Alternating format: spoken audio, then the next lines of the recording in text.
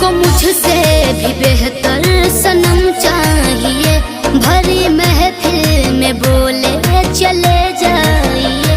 दिल खिलौना समझकर चीट किया है, दिल खिलौना समझकर चीट किया है। बेवफा ने मुझे गम गिफ्ट किया है, बेवफा